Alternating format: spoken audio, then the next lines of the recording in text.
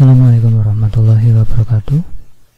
Masih bersama saya Yusuf Herianto. Kali ini kita masuk ke pertemuan kedua mata kuliah pemrograman Al-Quran dan Hadis. Di sini kita akan belajar tentang sistem kerja komputer, cara kerja komputer, kemudian pengantar pemrograman. Baik, langsung saja kita mulai. Pertama, kita perlu memahami dulu sistem komputer itu sendiri. Nah, di dalam sistem komputer itu ada tiga aspek penting. Yang pertama ada hardware, di mana hardware itu adalah perangkat keras. Kemudian ada brainware, ada pengguna, dan ada software atau perangkat lunak. Jadi kalau secara urutan itu biasanya hardware, software, kemudian brainware. Nah, hardware software ini biasanya satu paket. Jadi misalnya seperti komputer Anda dengan di laptop ya, laptop atau komputer atau smartphone, itu di dalamnya mesti ada hardware, ada software. Hardware itu tentu yang bisa disentuh ya, kalau software itu aplikasi di dalamnya. Dan ini saling terkait ya, karena kalau tidak ada hardware ya, cuma ada software saja, tentu tidak akan berfungsi dengan baik. Dan kemudian sama, ketika misalnya sudah ada hardware, ada software, tapi tidak ada brainware, maka ini tidak akan berfungsi dengan baik semuanya. Ya, dalam hal ini bahwa kita sebut sistem itu suatu kesatuan ya, dari elemen-elemen yang berbeda dan saling bekerja sama, itu namanya sistem. Baik, kemudian secara lebih detail, kalau kita lihat sistem itu contohnya seperti ini ya, sistem komputer. Tadi ada hardware, ada software, dan ada brainware. Hardware adalah contohnya ada perangkat output. Perangkat output itu contohnya kayak layar monitor ya, kemudian speaker ya, kemudian printer, itu perangkat output. Dan kalau perangkat input itu ada keyboard, ada mouse, ada pen tabs, ada fingerprint, ada QR scanner, barcode scanner, dan sebagainya. Sedangkan kalau media penyimpanan itu ada hard disk ya, kemudian ada istilah SSD, ada memory card, dan sebagainya. Kemudian pemrosesan ini dalam hal ini adalah prosesor itu sendiri ya. Oke, kemudian ke software itu dibagi menjadi dua, ada sistem operasi dan program aplikasi. Contoh dari sistem operasi itu dulu dikenal ada Novel tahun 2000-an ya, kemudian ada Windows dan Linux atau Unix ya, kemudian Mac OS atau Macintosh. Novel ini dikembangkan dulu untuk perangkat jaringan ya, tahun 2000-an, 99 sampai 2000-an, tapi sekarang sudah jarang dipakai. Untuk jaringan lebih banyak ke sistem Linux yang basisnya adalah Unix. Kemudian Windows, ini sudah Anda pahami semua ya, Windows itu banyak hal, banyak macamnya, dan Windows yang terakhir adalah Windows 10 ya, atau Windows 10. Jadi kalau kata Microsoft itu nanti tidak ada Windows 11, 12, dan seterusnya, adanya Windows 10, tapi adanya adalah upgrade ya, upgrade terbaru gitu. Jadi kalau Windows terbaru ya upgrade gitu ya, cuma tidak tahu nanti kedepannya seperti apa. Dan kalau Mac OS itu sendiri ini sebuah sistem operasi yang dibuat khusus untuk perangkat-perangkat dari Apple ya, jadi kayak iPhone, kemudian MacBook, itu biasanya pakai Mac OS. Jadi sebuah sistem operasi yang memang dibuat khusus untuk perangkat-perangkat buat dari produk Apple gitu ya. Kemudian program aplikasi itu contohnya ada aplikasi perkantoran. Aplikasi perkantoran ini kayak misalnya Microsoft Office Family ya, misalnya kayak Microsoft Word, Excel dan PowerPoint ya. Kemudian ada juga database kalau dari Microsoft itu ada Microsoft Access, ada Microsoft SQL Server yang lebih advance lagi ya. Kemudian kalau yang open source itu ada MySQL, PostgreSQL dan sebagainya. Kemudian pemrograman. Nah, pemrograman ini nanti yang akan sedikit kita bahas ya. Nanti ada pemrograman secara natif, kemudian nanti yang pemrograman yang tanpa coding mungkin juga akan saya informasikan di mata kuliah ini. Kemudian di dalam pemrograman itu sendiri sebenarnya dibedakan menjadi beberapa kelompok ya. Yang pertama misalnya pemrograman desktop. Pemrograman desktop itu untuk aplikasi-aplikasi yang kalau Anda sering jumpa itu ada file setup kemudian diinstal, itu biasanya program desktop ya. Kemudian ada program web. Program web itu pemrograman yang berjalan di atas protokol HTTP ya, atau port 80 atau 443 biasanya, dengan cara mengakses web browser kemudian mengakses alamat di dalam address bar web browser tersebut. Itu pemrograman web. Kemudian pemrograman mobile seperti aplikasi-aplikasi Android, itu pemrograman mobile. Kemudian ada pemrograman robotik ya, pemrograman artificial intelligence dan sebagainya. Kemudian di desain grafis, kalau secara umum itu Anda mungkin pernah dengar ada Corel ya, Corel Draw.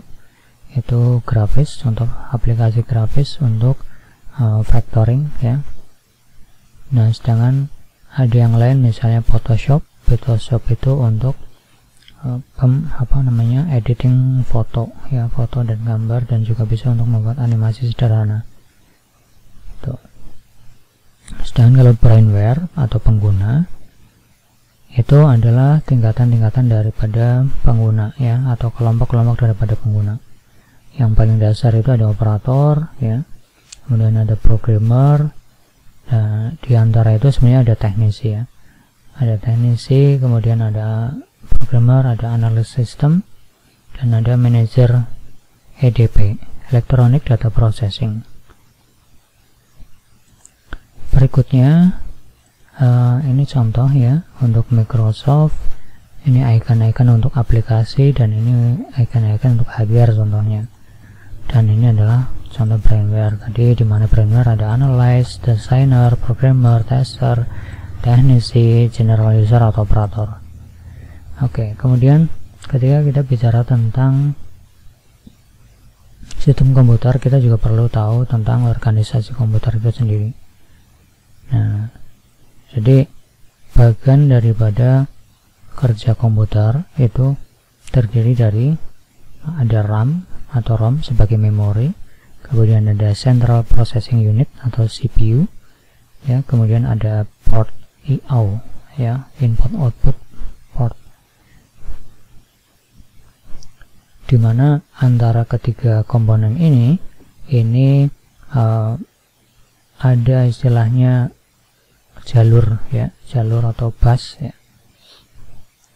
Di dalamnya ada control bus, itu untuk mengontrol masukan-masukan atau keluaran-keluaran yang berhubungan dengan prosesor. Kemudian ada juga control bus untuk mengatur hubungannya atau komunikasi datanya dengan RAM atau ROM. Nah, di dalam memori itu memang dikenal ada RAM sama ROM ya, dimana RAM itu adalah random access memory. Bedanya apa dengan ROM? Bedanya kalau misalnya contoh sederhananya ketika Anda mengcopy suatu karakter atau gambar ya, copy gitu ke dalam clipboard, kemudian sebelum dipaste atau ditempel tiba-tiba komputer mati ya, maka ketika komputer nyala lagi dipaste itu sudah nggak bisa, karena memori tersebut disimpannya di RAM. Sedangkan kalau ROM, jadi kalau RAM tadi ya kepanjangannya adalah Random Access Memory. Kalau ROM itu Read Only Memory, jadi memori yang hanya bisa dibaca, jadi sudah disimpan di dalam sistem dari perusahaan tempat hardware itu dibuat, ya, kemudian memori-memori di dalamnya itu hanya bisa dibaca saja tanpa bisa ditulis ulang gitu. Kemudian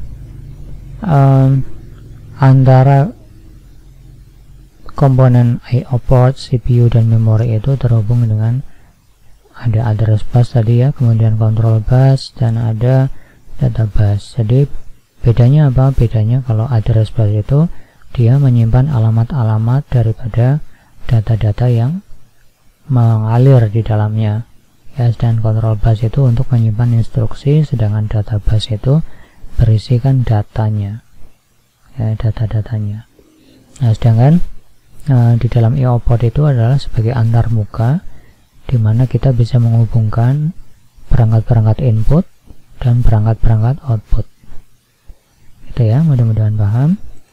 Kemudian di dalam media penyimpanan itu ada beberapa proses sebenarnya ya, contoh seperti misalnya ada data input, kemudian dia diproses di dalam CPU ya, kemudian bisa dikerjakan kalau misalnya dia adalah instruksi pengendalian ya, nanti bisa dilakukan operasinya di situ ya. Kemudian kalau butuh penyimpanan primer, maka nanti dia akan terhubung dengan media penyimpanan sekunder ya. Dan kalau misalnya operasi tersebut adalah operasi tentang logika atau tentang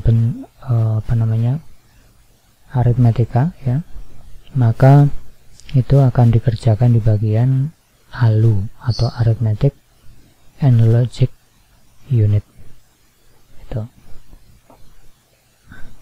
Oke, kalau misalnya Anda bingung di posisi ini, nanti akan lebih jelas di step berikutnya. Yang penting ditangkap dulu informasinya seperti itu, bahwa di dalam CPU itu terdiri dari komponen, ada unit pengendali, kemudian unit penyimpanan primer, dan ada arithmetic logic unit. Dan ketika misalnya data tersebut adalah berisi instruksi untuk informasi output, maka akan dikeluarkan ke dalam informasi output, bisa dalam bentuk tampilan atau bahkan misalnya dalam versi cetak. Kemudian di dalam media penyimpanan itu ada istilah hard disk, kemudian ada istilah CD-ROM ya. CD-ROM itu sebenarnya hanya tempat saja untuk membaca dan menulis ya. Jadi dilihat di sana kalau ada tulisan RW berarti read write ya, bisa membaca bisa menulis. Dan media penyimpanannya itu piringan seperti ini ya, seperti yang Anda jumpai ketika misalnya Anda membeli CD MP3 misalnya ya, atau movie atau DVD kaset DVD itu ya, seperti itu, maka dia bentuknya piringan seperti itu. Nah, dia dimasukkan di situ fungsinya untuk membaca atau menulis. Kemudian era yang lebih lama lagi sebelum hard disk itu ada floppy disk atau sering dikenal dengan disket. Ya, disket sebenarnya ada macam yang lebih usang lagi seperti ini.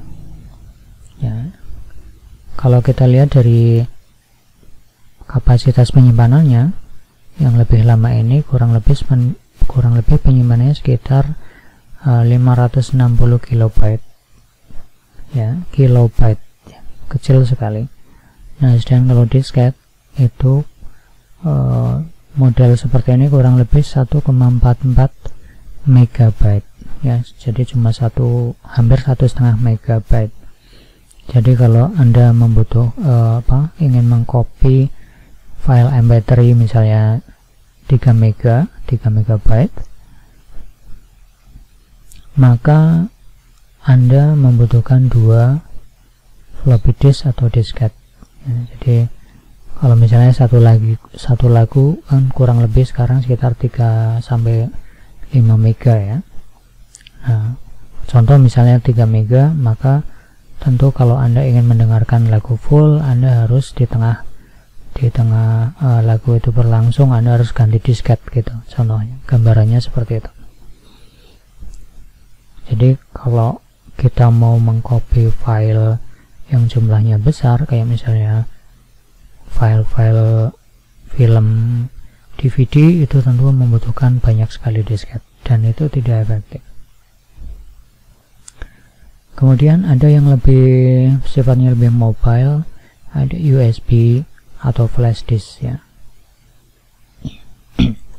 Jadi USB adalah portnya ya, port untuk dia masuk ke dalam komputer itu sendiri, dan nama aslinya adalah flash disk.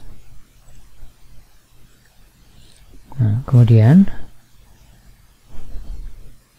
di dalam skema di dalam komputer itu ada tadi ya media penyimpanan, kemudian ada chip-chip ya, chip-chip yang terhubung dengan prosesor, kemudian ada media keluaran, contoh misalnya ini kartu grafis. Nah, kemudian ada ini contoh daripada RAM atau memori ya.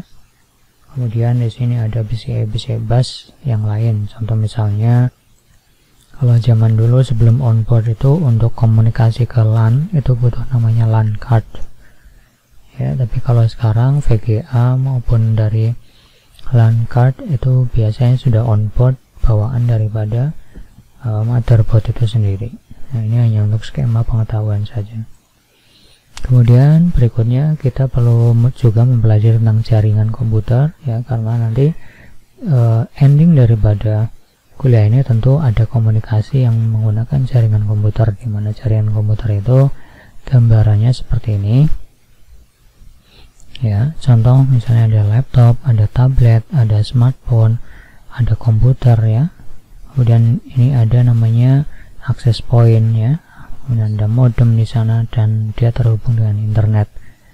Nah, jadi contoh misalnya kita punya aplikasi yang sudah di hosting di dalam internet ya, sudah ditanam di sana, maka aplikasi tersebut bisa dibuka dari manapun ya, dari perangkat manapun, yang penting syaratnya dia terhubung dengan internet. Itu gambarannya kayak gitu ya. Jaringan itu adalah ini, jaringan, jalur-jalur yang menghubungkan antara satu dengan perangkat yang lain. Nah, di dalam jaringan itu ada jenis-jenis, di dalamnya ada LAN, Local Area Network ya. Ini biasanya untuk jaringan yang skala kecil, satu instansi, satu gedung misalnya. Kemudian ada Metropolitan Area Network, ada WAN, ada PAN, ada CAN ya, Campus Area Network, kemudian ada internet, dan ada VPN.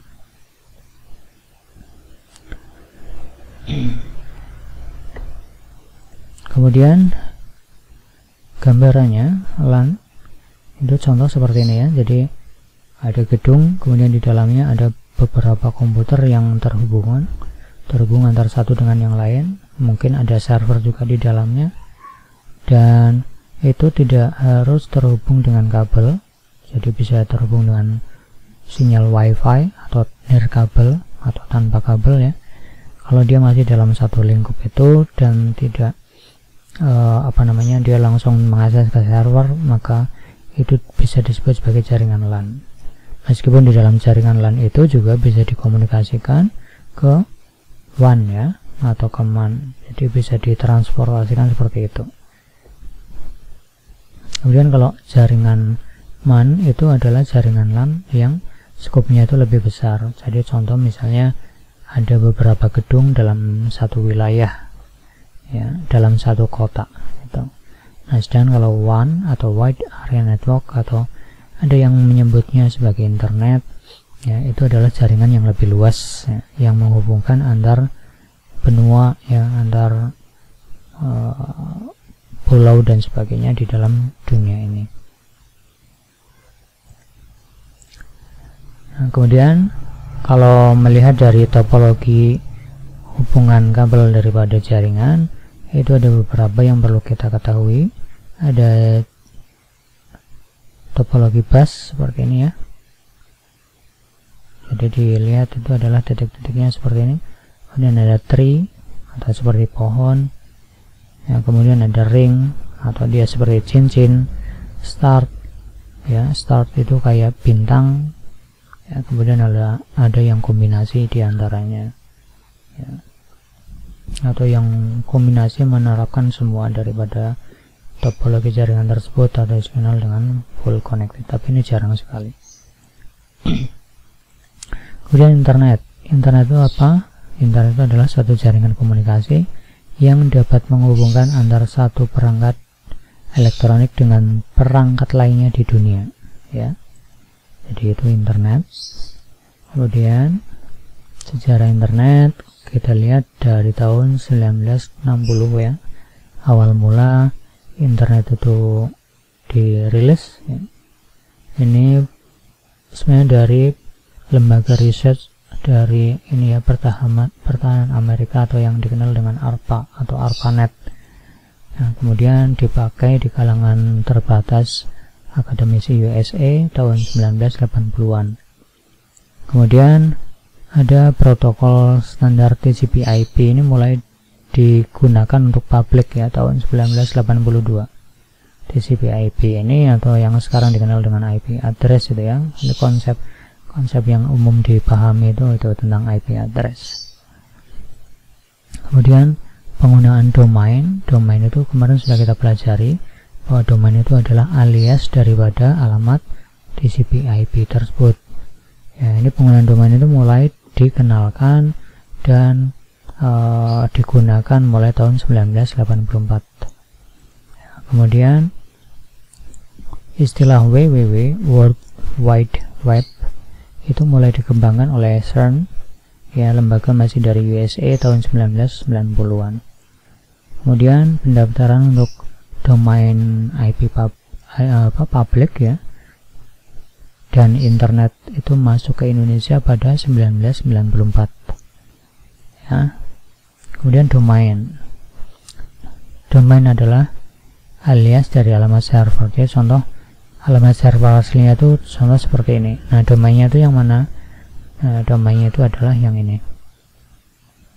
Dan kalau lebih spesifik lagi sebenarnya di sana ada .com, itu adalah extension daripada domain. Dan di dalam satu IP address itu yang ini bisa didaftarkan banyak domain tergantung dari kemampuan server itu sendiri. Ya, jadi kan akan susah ketika alamat websitemu apa, alamat websiteku 103.121.112.102 kan susah ya. Akan lebih mudah ketika misalnya kita sebut kelasbagus.com misalnya gitu. Kemudian di dalam domain itu ada beberapa level. Yang pertama ada TLD atau tab level domain, itu contohnya ada .com, .org, .net, dan .edu. Kemudian yang kedua ada country code top level domain. Nah, contoh ada CP itu untuk Jepang, ID untuk Indonesia, US untuk Amerika, kemudian MY untuk Malaysia. Kemudian ada second level domain di dalam country code top level domain, yaitu ada ACID misalnya. Kan Anda sudah sering akses ya, IAIN Purwokerto AC.id, di mana AC ini adalah simbol daripada akademisi, SCH untuk school atau sekolah, kemudian BIS untuk lembaga bisnis. Kemudian ada generic top level domain, contohnya ada .edu, .gov, .mil gitu ya. Kemudian ada subdomain contohnya adalah siska.iain Purwokerto AC ID gitu ya. Jadi ini adalah subdomainnya siska. Begitu juga PMB. Oke. Dan hosting. Nah, ketika kita membuat suatu aplikasi, pasti di dalamnya ada komponen-komponen seperti teks, ya, gambar, animasi, kemudian ada file pemrograman itu sendiri, ya. Nah, hosting itu apa? Hosting itu adalah tempat untuk menyimpan file-file tadi, termasuk database-nya, ya, di dalam internet, gitu. Biasanya ada pihak ketiga yang menyediakan atau menjual hosting, ya. Kita bisa sewa di sana, bisa bulanan, bisa tahunan, ya, tergantung daripada penyedia hosting itu sendiri. Dan yang gratis juga banyak, ya. Nanti Anda bisa browsing cari hosting gratis, gitu. Tapi tentunya ketika kita menggunakan hosting gratis sama hosting berbayar itu berbeda, ya. Berbeda spesifikasi dan kemampuannya. Next, kemudian website. Nah, tadi saya katakan bahwa contoh ini adalah website, ya. Di dalamnya ada gambar, ada tulisan, ada database. Itu kan sebuah objek fisik sebenarnya, ya, meskipun tidak bisa kita sentuh. Nah, ini supaya dia bisa tampil, bisa diakses dari mana-mana, itu gimana? Dia harus disimpan di dalam hosting. Nah, sedangkan web archi daripada website itu sendiri adalah kumpulan dari halaman-halaman dalam domain yang terdiri dari gambar, warna, tulisan, suara, video, dan lain-lain, ya, termasuk juga di dalamnya tadi ada database. Halaman-halaman tersebut saling terkait antara satu dengan yang lain. Jadi kalau Anda klik menu login, nanti tentu akan muncul form login, ya. Kemudian klik menu ada berita, ya, nanti akan muncul detail daripada berita dan seterusnya.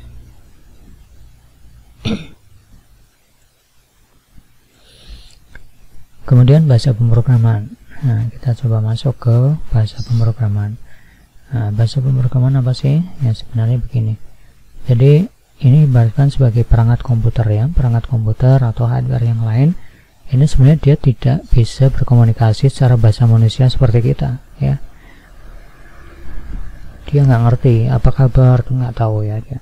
Tapi dia hanya kenal tentang istilah switching. Switching itu gambarannya adalah seperti pensaklaran. Di sana ada konsep ada angka 1 di mana artinya adalah saklar hidup, ya. Kemudian ada angka 0 di mana artinya adalah saklarnya mati.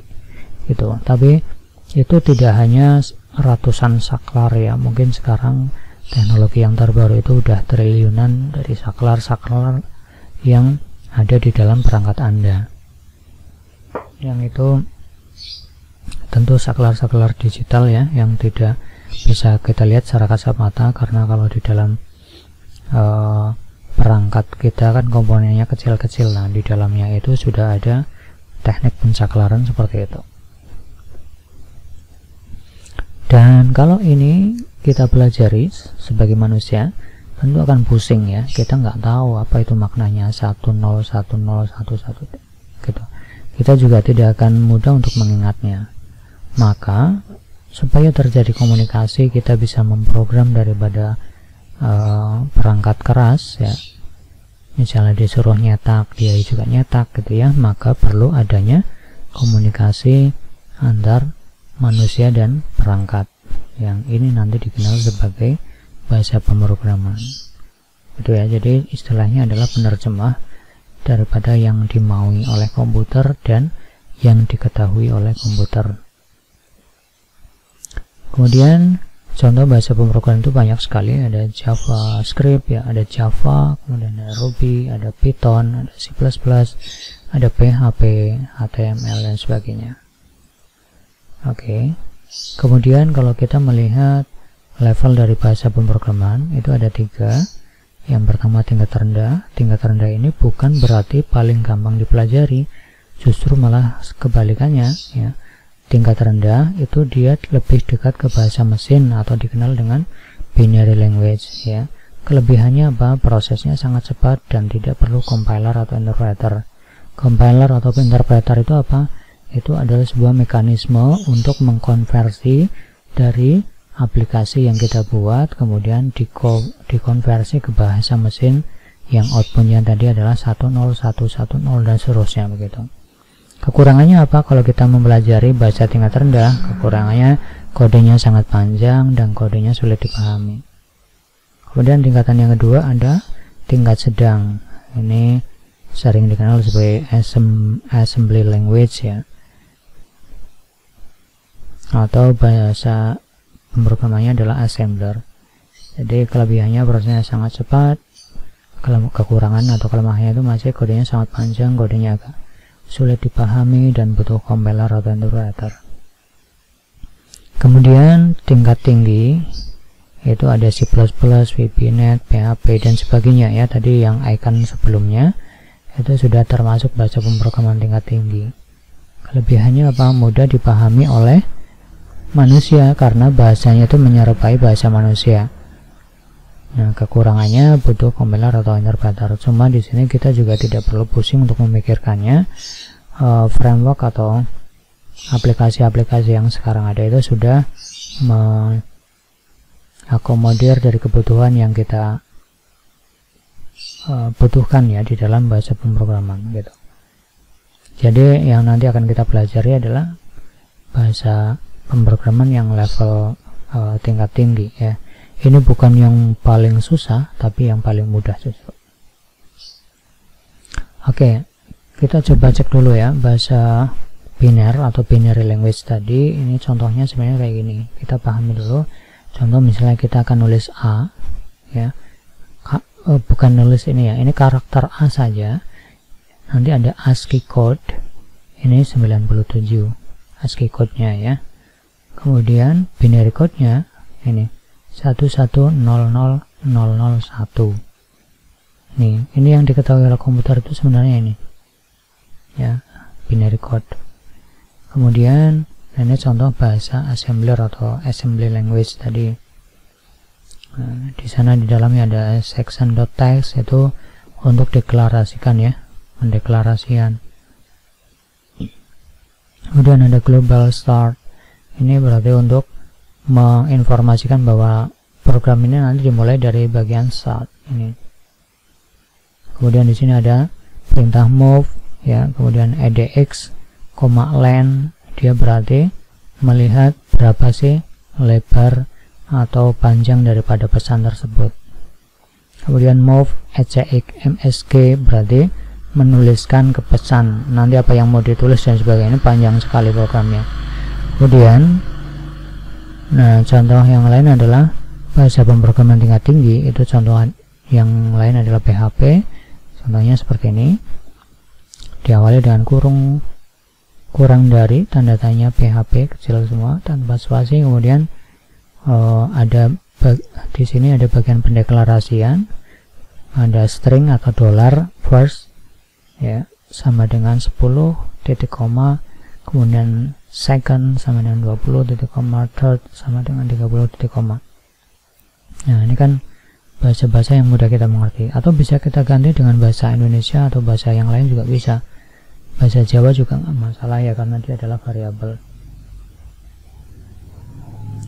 Kemudian contoh ini adalah decision atau pencabangan.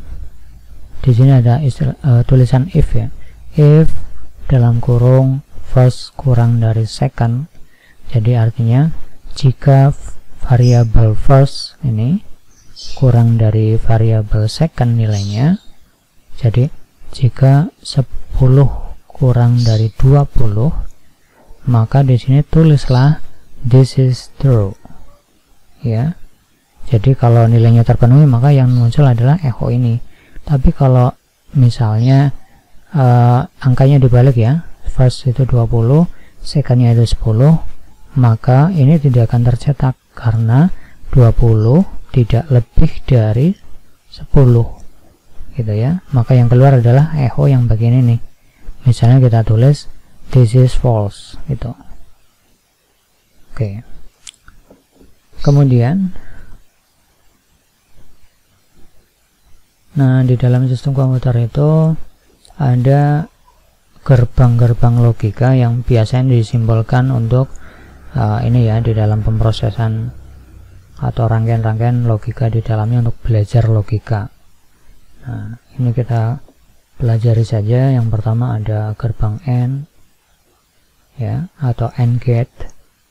Ini simbol AAC-nya seperti ini, kemudian simbol Amerikanya seperti ini. Ini yang sering digunakan, ya, simbol Amerikanya. Jadi kayak huruf D tapi depannya ada inputan. Di sini ada A, ada B, atau bisa diganti variabel yang lain. Kemudian ini ada outputnya. Contoh misalnya kita sebut sebagai variabel Y, ya. Nah, karakteristiknya apa? Gerbang AND terdiri dari dua input atau lebih. Jika salah satu input 0, maka outputnya akan 0. Ya, jadi contoh begini, kalau inputan A itu 0, B itu 0, maka Y-nya adalah 0. Jadi kuncinya kalau ada inputan yang 0, maka outputnya 0. Ya, kalau semua inputannya 1, maka outputnya adalah 1 juga. Ingat, di sini tidak ada angka 2, 3 dan seterusnya, ya. Ini simbol dari biner itu adalah 0 dan 1. Jadi kalau tidak 0 ya 1, kalau tidak 1 ya 0 gitu. Dan notasinya secara matematis seperti ini, Y sama dengan A kali B. Ya, A kali B. Oke, mudah ya. Kemudian yang kedua ada gerbang OR atau OR gate. Ini simbolnya seperti ini. Kayak D tadi, tapi dia lebih mengerucut seperti ini, ya. Kemudian ada dua inputan, kemudian ada satu output, contoh di sini. Dan kita baca karakteristiknya bahwa gerbang OR terdiri dari dua input atau lebih. Jika salah satu input 1, maka outputnya akan menjadi 1. Nah, ini ya, ini tabel kebenarannya ketika Anda ingin menguji coba daripada gerbang ini. Dan notasi secara matematisnya adalah Y sama dengan A plus B. Nah, yang perlu dipahami di sini, kalau salah satu inputannya ada 1, maka outputnya itu adalah 1. Ya. Dan kalau semua inputannya adalah 1, ini kan plus ya, 1 ditambah 1, itu kalau di dalam gerbang logika itu, atau di dalam sistem biner, itu bukan menjadi 2, ya, tapi 1, tetap 1. Jadi kalau saklar 1 nyala, saklar 2 nyala, maka saklar 3-nya nyala. Itu ya, tetap nyala. Ini contoh misalnya saklar 1 nyala, saklar 2 nyala, tidak nyala, maka outputnya atau lampunya tetap nyala. Berikutnya ada gerbang NOT atau NOT gate.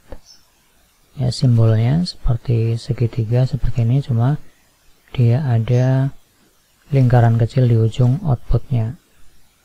Ya, inputannya biasanya cuma 1, ya. Kemudian outputnya itu adalah kebalikan daripada input, atau notasi matematisnya adalah Y sama dengan A komplement.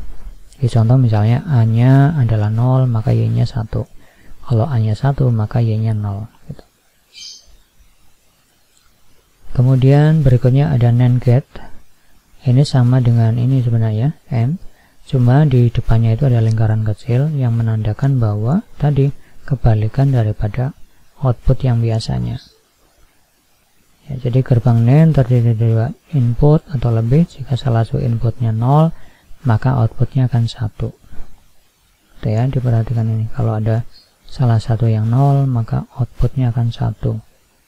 Tapi kalau inputnya 1 semua, maka kebalikannya adalah 0.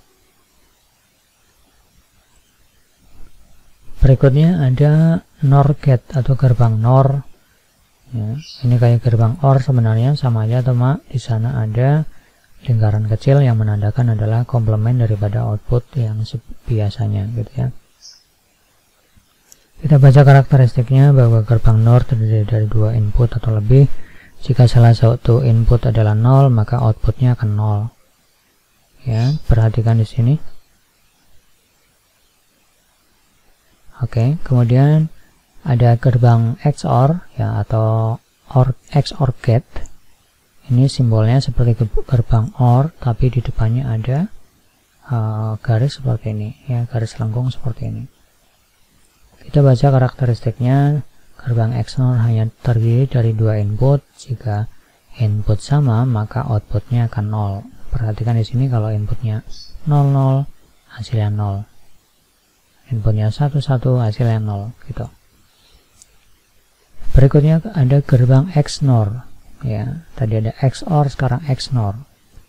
Bedanya apa? Sama dengan ini, cuma di sana ada lingkaran kecil yang menandakan adalah komplement daripada output yang biasanya.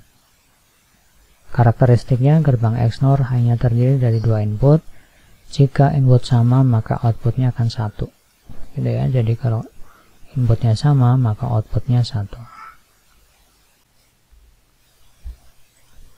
Baik, sekarang kita coba akan lakukan latihan. Di sini contoh ada dua gerbang. Masih ingat apa enggak teman-teman? Jadi ini yang pertama ada gerbang apa? Ini ada gerbang N. Ya, kemudian yang kedua ada gerbang OR, tapi depannya ada lingkaran kecil yang berarti adalah NOR. Oke. Kemudian coba kita lakukan operasi untuk melihat nanti tabel kebenaran atau output daripada inputannya. Ini adalah inputan, kita kasih simbol A, kemudian yang kedua B, yang ketiga C. Jadi ada 3 inputan ya teman-teman. Kemudian ini misalnya kita kasih simbol X sebagai outputan yang pertama, kemudian nanti untuk yang output yang terakhir kita sebut sebagai Y. Oke. Kemudian kita coba bikin tabel kebenaran. Ada inputan A, B, C. Nah, nanti outputnya itu ada X sama Y.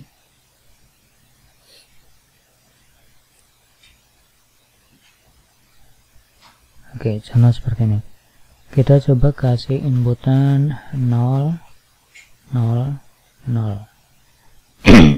Berapa X-nya, berapa Y-nya, kita akan coba lihat. Jadi semuanya kita kasih input 0 ya, 0, ini 0, ini 0.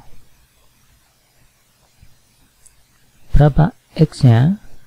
Ingat di sini kalau gerbang N itu karakteristiknya adalah perkalian ya. Dia perkalian. Jadi artinya A kali B di sini notasinya A kali B. Jadi kalau di sini inputannya 0 dan 0, maka kalau 0 dikali 0, tentu output di X-nya itu menjadi 0. Ya, X-nya menjadi 0. Jadi kita bisa menjawab di sini X-nya adalah 0. Oke, kemudian Y-nya berapa? Ya, Y-nya berapa? Kita coba cek. Y kan berarti inputannya dari sini ya. Ada 0, kemudian ini 0 ke sini ya, hasilnya tetap 0. Jadi inputnya 0, 0. Dan kalau gerbang NOR itu karakteristiknya adalah penjumlahan ya. Dia penjumlahan, agak kayak X. Penjumlahan. Nah, penjumlahan di sana tapi ada lingkaran kecilnya, itu artinya adalah komplement. Jadi notasinya menjadi ini, misalnya inputannya adalah X ditambah C komplement. Nah, jadi contoh seperti itu hasilnya ya.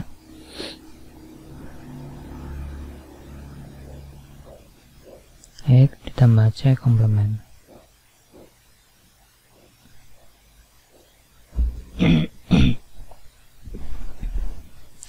Kita kita coba lihat hasilnya. Inputan X adalah 0, kemudian C nya sama dengan 0, maka X sama C 0 ditambah 0 adalah 0, tapi dikomplemenkan, maka Y nya akan menjadi 1 ya. Jadi di sini kita bisa menjawab Y nya adalah 1. Nah, kita coba 3 inputan saja ya. Contoh di sini A nya 0, kemudian B nya 0, C nya 1 misalnya. Tulis ulang di sini, A nya 0, B nya 0, C nya 1. Di sini 0 sama 0 dikalikan 0 kali 0, 0, maka di sini X nya adalah 0. Kita bisa menjawab di sini X nya 0. Kemudian 0 ditambah 1, 1, kemudian dikomplemenkan menjadi 0. Oke, kemudian berikutnya contoh misalnya angkanya nggak urut nggak apa-apa ya. Kalau harusnya kan urutannya adalah 0 0 0, kemudian 0 0 1, kemudian di sini 0 1 0 gitu ya. Tapi ini nggak urut nggak apa-apa. Contoh misalnya inputnya adalah 1 semua, 1 1 1, maka X nya berapa? Kita coba cek. A nya 1, B nya 1, C nya 1.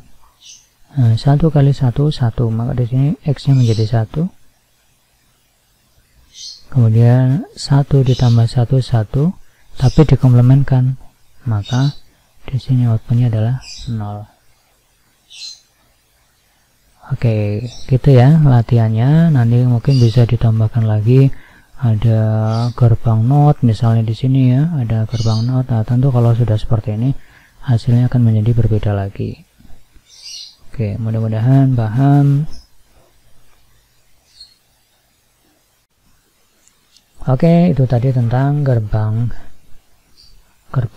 logika di dalam komputer ya. Kemudian kita lihat ke contoh HTML sederhana. Ini nanti akan saya sebut sebagai tag ya. Tergantung dari isinya apa. Kalau seperti ini berarti saya sebut tag HTML. Ya, ini kurung, kalau di dalam keyboard itu kurang dari atau lebih dari ya. Itu menjadi kurung di sini. Ini disebut sebagai tag. Nah, di dalam HTML ini sebenarnya terdiri dari 2 komponen. Yang pertama ada head, bagian kepala, yang kedua ada body atau bagian badan. Dan di sini kita pahami ya, kita lihat contoh di sini. Ada tag title, isinya coba, kemudian di sini ada tag tapi ada garis miringnya atau tag slash title. Ini adalah merupakan tag yang berpasangan, karena nanti di dalam HTML itu ada tag yang berpasangan dan tag yang berdiri sendiri atau tidak berpasangan. Contoh tag yang berdiri sendiri itu kayak misalnya BR ya, break row, atau HR ya, horizontal rule, itu tidak perlu diakhiri dengan tag slash. Dari deretan program HTML seperti ini ya, baris kode HTML seperti ini, outputnya apa sih? Outputnya sebenarnya hanya tulisan halo saja ya. Jadi apa yang kita tulis di body itu yang akan muncul di browser. Nah, sedangkan coba ini nanti akan muncul di title-nya, judulnya. Oke, kemudian contoh PHP sederhana. Kalau kita mau menulis halo, ini kurang lebih seperti ini. Kurang dari tanda tanya PHP, kemudian echo halo, atau bisa print halo, print R gitu ya, bisa juga. Tapi contoh di sini yang paling umum digunakan adalah echo halo. Kemudian outputnya menjadi apa? Outputnya ini yang salah ya, harusnya outputnya sama dengan ini, halo titik titik titik. Jadi di sini harusnya kurang titik 3, titik titik titik gitu. Itu contoh dari pemrograman HTML, dan pemrograman PHP ya. Oke, kemudian di pertemuan berikutnya kita akan belajar tentang bagian seperti ini. Ayo, siapa yang tahu ini bagian apa? Ya, ini namanya adalah flowchart. Oke, itu yang akan kita pelajari di pertemuan ketiga. Oke, demikian tadi yang dapat kita pelajari tentang sistem komputer. Kemudian ada masuk sedikit ke bahasa pemrograman ya, pengenalan sedikit tentang bahasa pemrograman. Nah, kita akan belajar bahasa pemrograman lebih jauh nanti di pertemuan keempat insyaallah ya, setelah kita mempelajari tentang pembuatan diagram alir atau flowchart. Oke, terima kasih atas perhatiannya. Mudah-mudahan Anda bisa paham dengan apa yang saya sampaikan. Kalau masih ada yang bingung atau ingin bertanya, silakan gunakan grup diskusinya, baik WA grup maupun diskusi di e-class ya. Mudah-mudahan Anda selalu sehat dan bahagia bersama orang-orang terkasih, terutama orang tua. Insya Allah kita ketemu lagi di pertemuan berikutnya. Mohon maaf atas segala kekurangan. Saya akhiri. Assalamualaikum warahmatullahi wabarakatuh.